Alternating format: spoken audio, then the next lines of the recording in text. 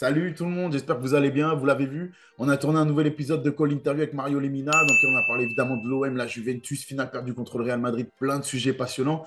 Et il y a un dernier sujet qu'on voulait partager avec vous, et concerne la polémique qu'a vécu Mario Lemina avec Pierre-Emerick Aubameyang quand ils étaient au Gabon pendant la CAN.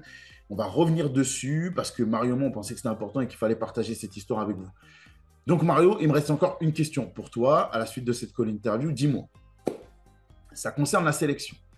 Il y a cette histoire de sélection avec Pierre-Emerick Aubameyang en sélection, en pleine canne, qui ressemble pas du tout, non seulement à la personnalité, mais même au statut auquel tu prétends en sélection et aux responsabilités auxquelles tu réponds en tant que joueur. Et avec tout ce que tu m'as énuméré là sur ta carrière, ça colle encore moins. Donc maintenant que je te tiens, j'ai besoin de comprendre d'où ça sort, pourquoi il y a ça et qu'est-ce qui s'est passé. Déjà, je vais commencer par le commencement pour que tout soit clair par rapport à la sélection. Pierre-Emerick Aubameyang et moi-même sommes une télé-réalité pour la sélection. D'accord. Donc, peu importe qui va y avoir en sélection, il va falloir qu'il y ait Pierre-Emerick Aubameyang et Mario Lemina pour la sélection. Sinon, c'est pas vendeur. Sinon, c'est pas, ça touche pas la population, ça donne pas envie, tu vois. D'accord. Mais ça, nous, on l'a bien compris. Ça, on l'a bien compris. Maintenant, pour revenir à l'épisode de la CAN, déjà, on arrive au Cameroun. On prend l'avion pour aller au Cameroun. Donc, à Dubaï, on fait un test PCR. Un test PCR, tous les tests, etc. Bon, négatif, on n'a pas de problème. On arrive à l'aéroport de Yaoundé. Pierre-Emerick Aubameyang et moi-même, on nous bloque. On nous bloque, donc non, vous êtes positif, boum, vous devez rester en quarantaine, je sais pas trop quoi. Ok, pas de souci. Premier match, donc ils nous font louper le premier match. Ouais. Nous, on est là, on s'entraîne seul dans nos chambres, donc pendant une semaine, ou dans 5 jours, on est là seul dans nos chambres en attendant le prochain test, etc. C'était horrible. Horrible, horrible. Donc on est là, on bosse très très dur pour pouvoir être au niveau pour la CAN parce qu'on y tient. Deuxième match, donc on se dit on va le jouer. Donc nos tests sont négatifs. On se dit qu'on va le jouer, etc. 2 heures avant le match, on est au repas pour aller on est à la fin du repas pour aller au stade. Pierre-Emerick et moi, on nous dit non, vous pouvez pas jouer. 2 heures avant le match. J'ai dit quoi? C'est quoi le problème là? Qu'est-ce que vous racontez? Ouais, vous avez une myocardite, je sais pas quoi, je sais pas quoi. Vous pouvez pas jouer 2 heures avant le match. L'équipe a été déjà faite et tout, on devait jouer, hein. Boum, allez, 40, on repart. Donc on loupe le match, on reste à l'hôtel, on s'entraîne pour le troisième match. Et on demande à notre docteur quand est-ce qu'on pourra faire les tests, les tests complémentaires pour pouvoir jouer le troisième match. Parce que nous, on est là, on ne va pas jouer un match de la compétition, en fait. Il nous dit, vous pouvez faire le test le jour du match, du troisième match. Je dis, mais vous êtes complètement tarés. En fait, vous voulez quoi? Qu'on pète un câble?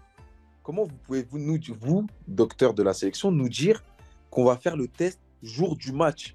Il m'a dit, oui, mais c'était pas ouvert, il fallait se mettre d'accord avec la... J'ai dit, mais en fait, vous avez tout cassé. Notre sélection, elle est foutue. On n'a pas de canne, en fait, c'est fini. Et de là, tous les médias, ils ont relayé ouais, myocardite pour. Donc les clubs, ils ont été au courant de cette myocardite directement. Mais les clubs, ils nous ont rappelé directement. Ils nous ont rappelé sur le troisième match.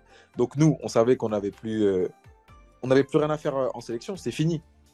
C'était fini. Et donc on est. Là, je suis très très honnête et je te le dis honnêtement par rapport à ça. Aubameyang et moi, on savait que c'était terminé et que le lendemain, on rentrait. D'accord. On rentrait. Et juste à côté de l'hôtel, il y avait un restaurant.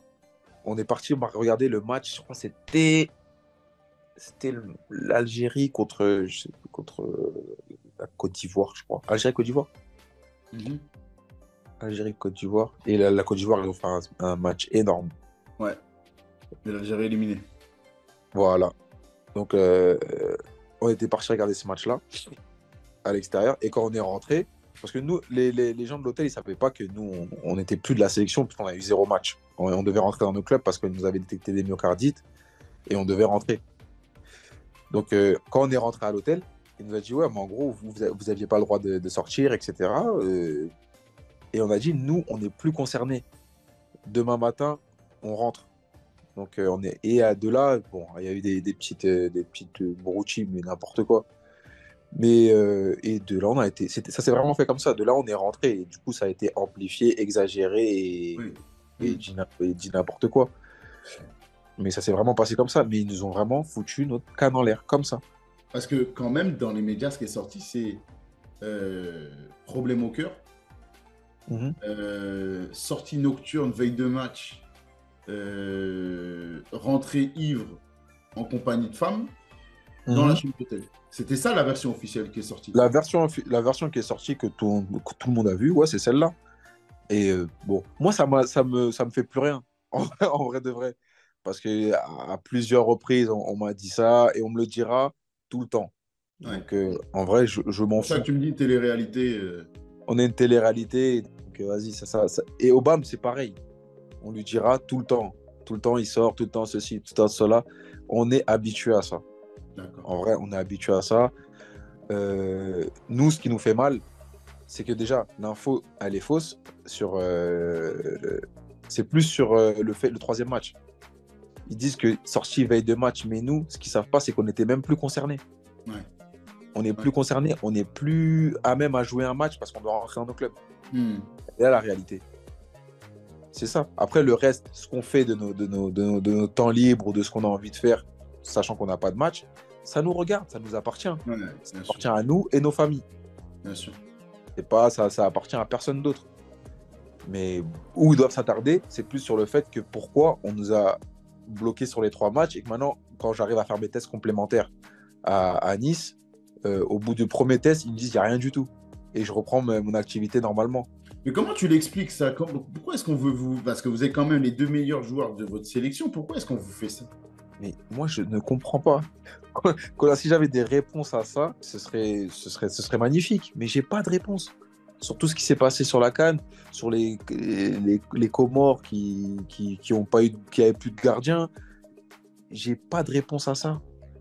D'accord. Maintenant, les réponses, il va falloir que des professionnels aillent les trouver eux-mêmes. Ouais.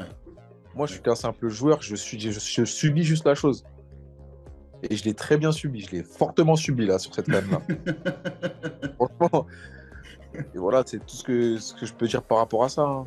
Ça me fait mal parce que c'était ma dernière CAN, parce qu'aujourd'hui, entre guillemets, je suis en stand-by avec la sélection. Ouais. Et ça me fait mal d'être en stand-by avec la sélection parce que c'est mon cœur, c'est tout. J'ai envie de pouvoir les emmener le plus haut possible.